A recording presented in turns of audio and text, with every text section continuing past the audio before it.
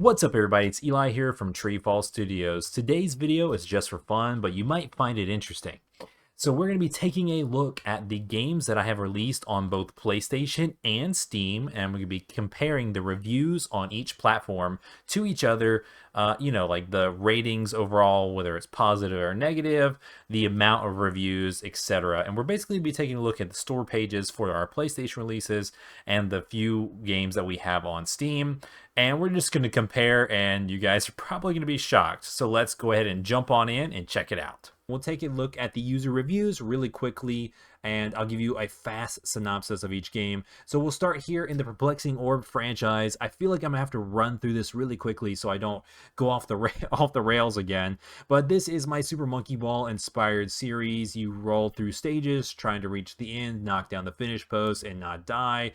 We have a solid 3 reviews on Steam, baby, and you can see pretty decent right here, video, some screenshots, stuff like that.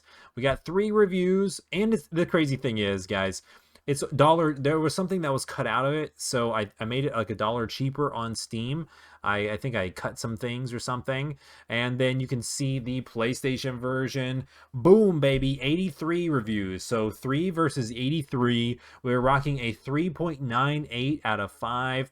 That's basically 4 stars. So thankful. People love the Perplexing Orb, and I'm so glad you guys enjoyed the game. Let's jump on into the Perplexing Orb 2. One of my favorite games I've ever made. This is so cool. It's so mind-blowing to me. We've got 3 reviews here on Steam. Boom, boom, boom. 3 reviews. This game, to me, it's crazy because the graphics are better to me. The levels are better. There's more character abilities. The music is better. It tracks your scores. The data is better. There's a full single player campaign with an overworld map, and you can jump into any level. In the original game, you had to play each world all in a row, and if you quit, you would lose your progress, just like the old Monkey Ball games. This game has more multiplayer modes, like party modes, battle modes, race modes, options. To me, it's just so much better. And for some reason, some people like the first game better still. So 3 reviews on this game as well. We got 49 reviews on PlayStation, 3.8. And that's what I'm talking about. It's just crazy. 3.98. So basically 4 versus like a 3.8. I know that this is less reviews, and maybe if we had more, it would, balance out more. But yeah, so mind-blowing. I love the Perplexing Orb 2. I think it's much better than the first game. Let me know in the comments down below. Have you played both of these games? Which one do you like better, Orb 1 or Orb 2? All right, let's get rolling fast because I'm really conscious. I'm trying to be conscious of you guys' time. So I hope you're picking up on a theme here. 3 versus 83, 3 versus 49. The Perplexing Orb, bounce and roll. We got a solid 1 user review. This is a spin-off to the first 2 games. This is not the numbered sequel number 3. This game is basically like the original 2 games, but you can actually jump on command, and it's not about just staying on the stages. You have to jump from stage to stage, basically platform to platform. Shout out to the one guy who left us a review. This is one of our longtime TreeFall fans, and very thankful for you to leaving us a review on Steam. Is very kind. I really appreciate it. So you can jump in here, and you can see we got 25 user reviews on PlayStation. You can see as the series has progressed, the reviews have gone down, and the sales have gone down as well. But you can see people are really enjoying this one, rocking a 4.64 on 25 reviews. That's extremely high. People really enjoy this. I love this art, by the way. You can see my cover art. There's actually, there's indoor castle levels to this game. And it's like pixel art. I didn't go super HD on the textures I was drawing, so it's kind of like more low poly, and there's a pixel filter to where you can kind of make it look like a PS1 game. Yeah, that's just for the spin-off. Whenever I do the Perplexing Orb 3, it's going to go back to full HD, stylized graphics and stuff.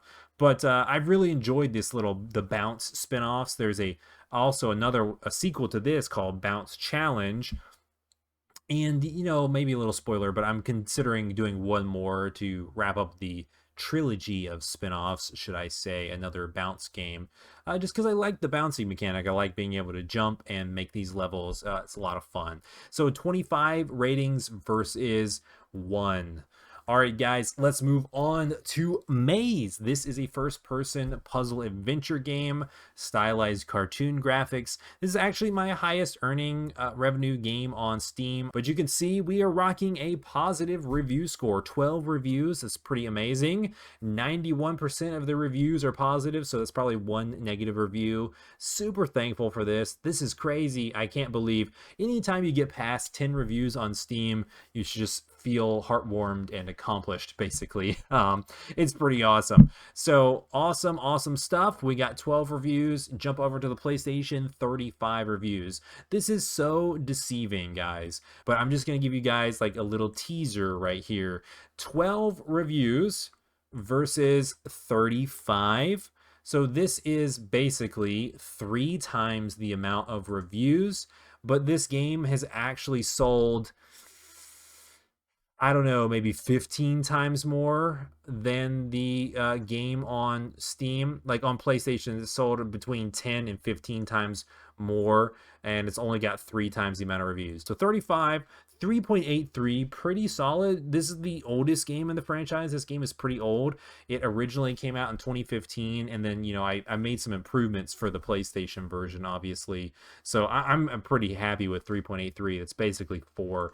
So we jump into the sequel, and this is actually really awesome. This is the sequel to the game, to Maze, called Maze Pedestal Trials, and actually we have more reviews on both the Steam page and the PlayStation page. 15 positive reviews, 93% of these are positive. We're rocking the positive rating. 15 reviews is pretty awesome.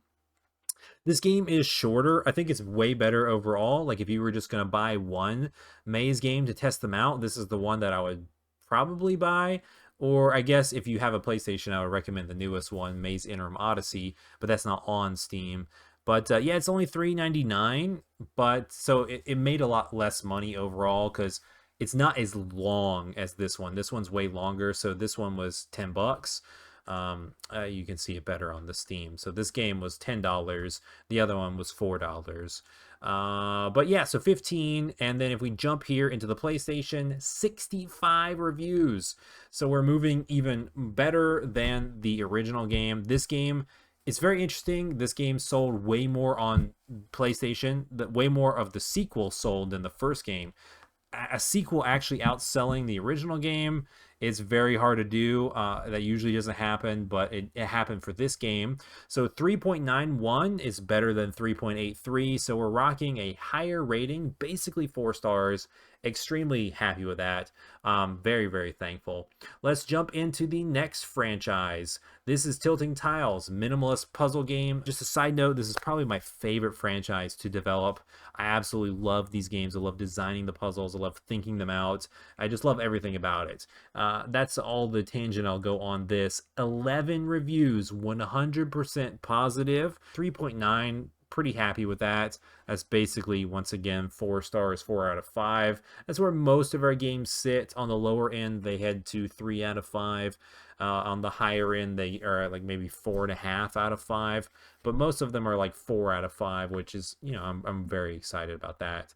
So people really love the Tilting Tiles games. I really love them. This sold super well on PlayStation. Let's jump into Mighty Math. This is endless arcade game. It's like similar to like a roguelike, sort of, but it's like really randomized. There's no builds or anything like that. It's just surviving, but you have to use math to do it. 5 user reviews. Underrated gem of TreeFall Studios. If you haven't played this game, $3.99. Totally play it. The PC version is really good, and compared to some of our other PC ports, and the PlayStation version is obviously the best. The PS5 version is the best. It has some of the best features you can get. So 5 user reviews for Mighty Math, and we're at 28 ratings on the PS5, and PS4. These are the same thing. Little bit lower. I think overall it's like harder to sell this minimalist graphics on console than it is on Steam. They don't really care about the graphics as much. And I think people probably were expecting something different. As you can see on the reviews, the spread is like people who really like it, and like there was like quite a few people who just really didn't like it, and then it's kind of evened out right here in the middle. This is probably 3 to 5 stars is probably where most people lie on Mighty Math. I think it's underrated. It's being dragged down a little bit because the PS4 version doesn't have as many features as the PS5 version, and when that version came out, it started getting better reviews. So I think maybe like if you play the PS4 version, you might have a worse experience. The PS5 version is better. So these are a mixture of the two versions reviews. So it's like averaged out somewhere in the middle, I think. But all right, guys, we're on a much better recording time. We're at 13 minutes. This is much more digestible, and I might even cut some of this out, I guess. So we'll see. It might be around 11 or 12 minutes. So here we go. We're going to jump into the final game that I have on PlayStation and Steam. The cult classic, the myth, the legend, the letter. And this is the most interesting thing in the world.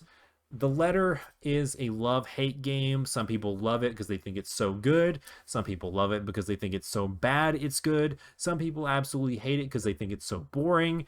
But basically, if you like the story and you like a walking simulator in a psychological-ish, kind of horror-ish, creepy tale with a happy ending, basically, spoiler alert, I guess, then you're gonna love this game. If you like, there's a lot of little details in the world and the world building for this, and that's kind of like why people like this game. And it's got a lot of nostalgia attached to it as well from the people who played it originally on the Wii U. But this is absolutely crazy, guys. 30 reviews, 83% of them are positive. 30 reviews on Steam. This is my highest selling game on Steam. Just awesome. But you will be absolutely shocked to see, or probably not shocked, if we jump over to the PlayStation version, we've got 128 reviews. And if you learned anything so far from this video, that a higher percentage of the people who buy the game on Steam leave a review than the people who buy the game on PlayStation. So if you're looking at, basically 100 more reviews, and less people give it reviews on PlayStation, you got to realize that this sold so much more on PlayStation. But, the letter actually sold all right on Steam, surprisingly enough. This is also pretty awesome. We got 128 reviews, 3 stars, basically. It actually was below 3 stars until this past week. I got like 5 new reviews because we released a new version for the PS5, and the PS5 version has some new enhanced features, and we brought in some new people who gave it some better reviews and pulled the rating up. So that's always great to see. If you haven't played this game, it's $1.99. The game just came out on the PS5 this past week, and that's definitely the definitive version. There's some cool, unique haptic feedback, like rumble that goes across the controller, rumble that goes in time with the creepy teddy bears and stuff. It's pretty awesome. So, alrighty, that's all I will say on the letter, the classic edition. Guys, what do you think of this video? This video was just for fun. I've got like a bunch of videos like this coming up around the next couple of weeks to where it's kind of like me just sharing my experiences. That's like really all I can think of at this point. I'm just trying to think of things that you guys might find interesting, shine some light on the PlayStation platform, and give love to PlayStation when it's due and deserved, and just show you guys that there is maybe an alternate path in your game dev careers and trajectories for those of you who are following along and think that Steam is the only place you can place your game. So let me know in the comments below, is this surprising to you? Are you a game developer? What do you think about this video? Did you learn anything? Are you a TreeFall fan just watching along for fun and just interested to see where the overall audience consensus is on the reviews for each game? Let me know if you're a TreeFall fan in the comments below what your favorite TreeFall Studios game is and why, and which one of these has too low of a review for you. You know, tell me which one needs to have all 5 stars. What's your favorite one out there? Let me know. Before I end the video, I got to give a huge shout out to everybody who supports TreeFall Studios on patreon.com. I got to give a personal shout out to Mandy, Shark and Minnow, Thomas Stewart, Space My Name, Mr. Troy, and Jamil DeBeer. Thank you guys for what you do for TreeFall Studios on patreon.com.